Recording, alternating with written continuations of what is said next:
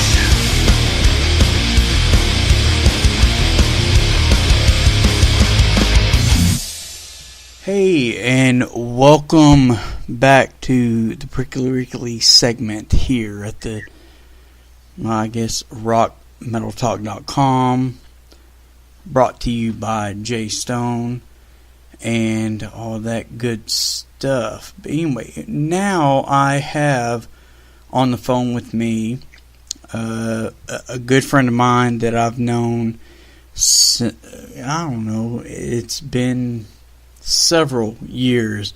I used to play in a band that used to do shows with this band, and he's moved on and he's progressed as being I guess a successful guitar player. He's played in one of my favorite bands, Skin Lab. But anyway, I have on the phone with me Provo from Everybody Panic. How you doing, man? I'm doing great, brother. How are you? I'm good. So, you just released a new single called Bullets. Yeah. I'm digging it. I'm loving it. Thank you. I listen to it all the time. I'm going to play it here in a bit.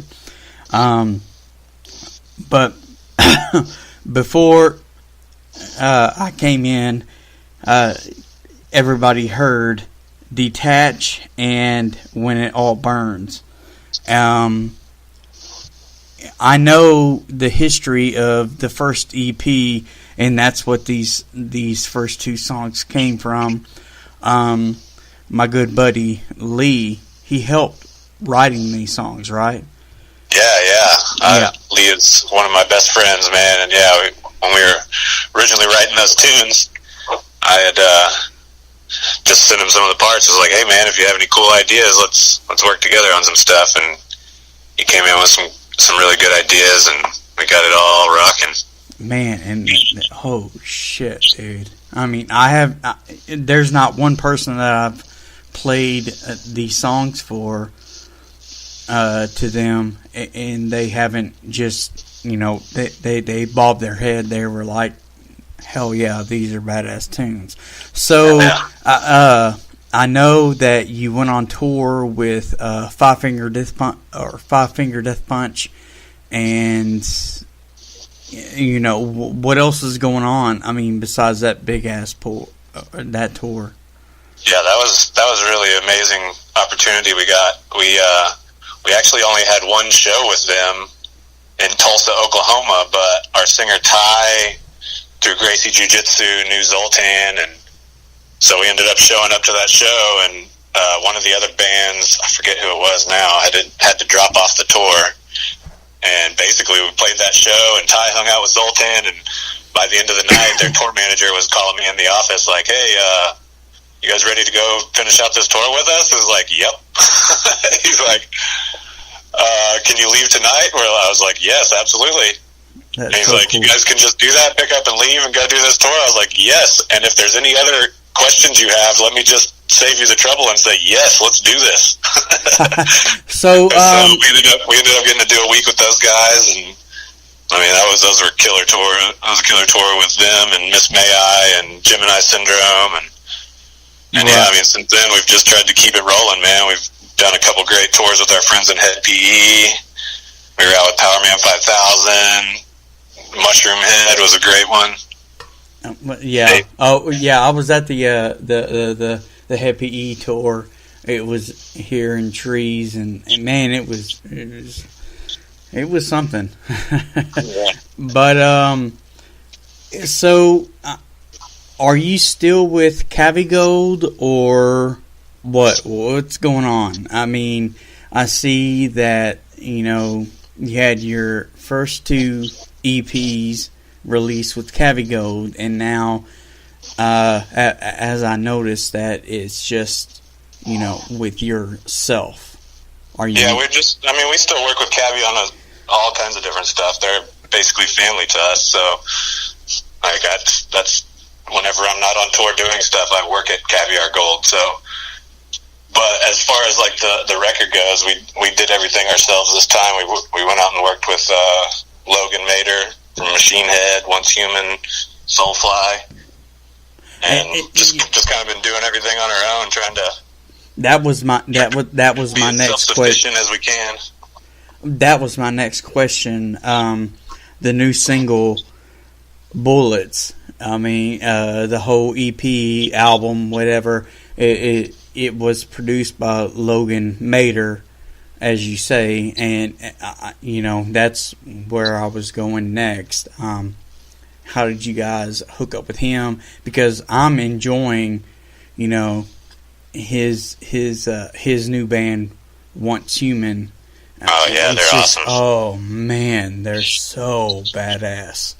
So I mean, I in my previous band Ricketts, we had done some work with Logan, and I've always been a huge fan of him, guitar player wise and production wise, and so on this one, instead of me doing all the work, we really wanted to go reach out and expand our horizons, I guess you could say, a little bit more. Right. And so I had reached out to Logan, and we just went from there. And he was, incredible to work with. Had tons of great ideas. Helped with songwriting. Helped with just anything and everything. You know what I mean? He's really creative and just a lot of fun to work with in the studio. So it was a blast, man. We went out there. I think we did 3 separate sessions and just knocked it all out, and away we went. So it went really quick and really smooth, and I feel like we came out with some of the best stuff we've done so far. Cool. So with the new release, how many tracks are we looking forward to? There's 6 on this one, but we've already started working on more for after that as well. So. Okay, cool. So, we've been trying to stick with just like doing an EP's worth of music at a time, and really just releasing songs instead of releasing albums, because it kind of, I kind of feel like whenever you release a record, it's like you got a good couple months of really pushing it, and then by a couple months later, there's already 3,000 more records that are released. So right, instead of just dumping everything at once, we're just kind of spreading it out and releasing songs as we go, and trying to do some video stuff with some of them, and just keep the name flowing instead of just dropping it and then it's gone. And it seems like that's how today's generation is. It's like, just drop a song every month or whatever instead of a whole album. It's really weird to me because, I'm an old cat, so I expect